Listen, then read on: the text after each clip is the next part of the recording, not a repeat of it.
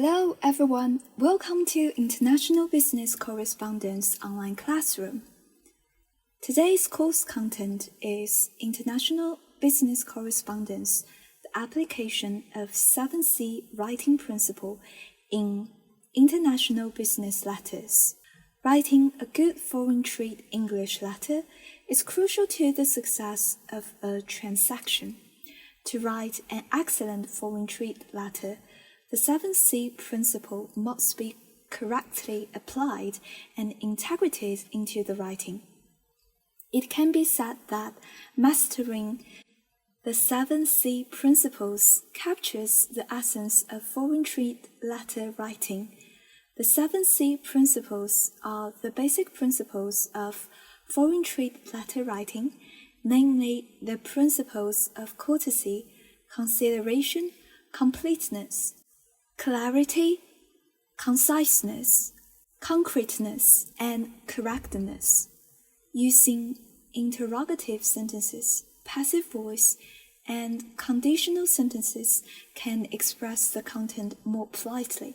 You can see that in the same inquiry, example 1 uses an imperative sentence with a demanding and arrogant tone, while in example 2, the command is changed to a question form.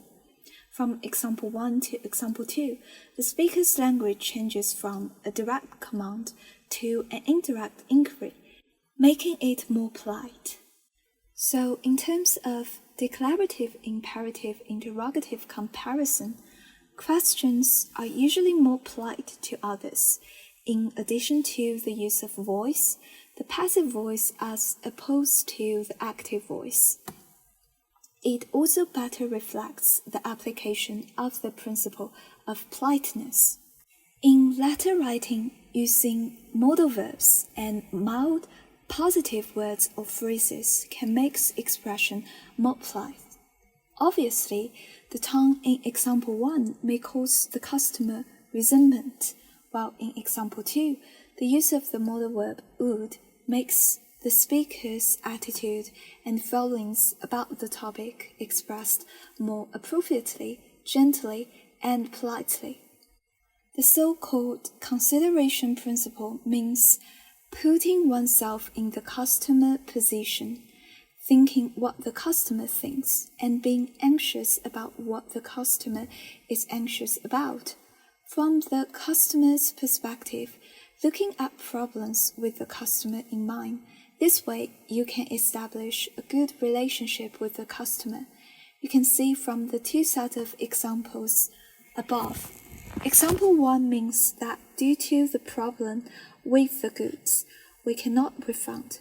This is a perspective from our own point of view, not considering the customer's feelings. In example 2, from the customer's perspective, if the returned goods are clean and usable, you will get a refund, which is more likely to attract the customer's attention and thus establish a good trade relationship. Foreign trade letters also have another major feature, which is complete expression, rigorous wording, and accurate meaning completeness. Means that in foreign trade letter writing, all negotiation information should be included, such as the characteristics of the purchased goods, specifications, insurance, payment methods, and explanation of the shipping marks to ensure that information is completely and accurately expressed, avoiding future disputes.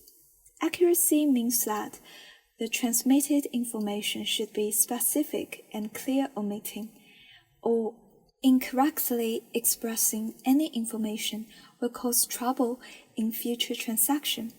In foreign trade letters by July 20 or before July 20, these two time expressions have different meanings.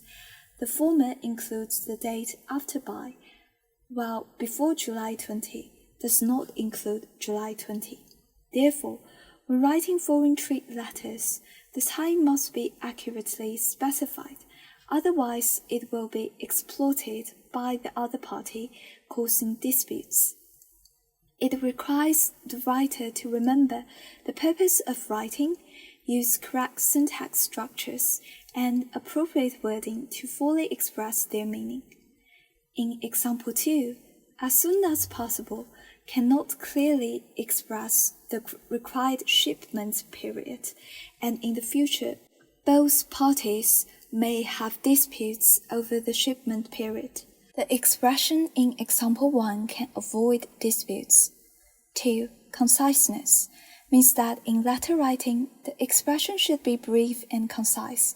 First, avoid using redundant words and lengthy, complex sentences. For example, example 1 can be changed to, "We appreciate your letter of October 14, making it more concise and understandable. Second, use phrases and non-finite verb forms instead of clauses. For example, in example 2, using a present participle structure to replace an adverbial clause of course, i.e., being very popular, the article will enjoy fast sales at your end, makes the expression more concise.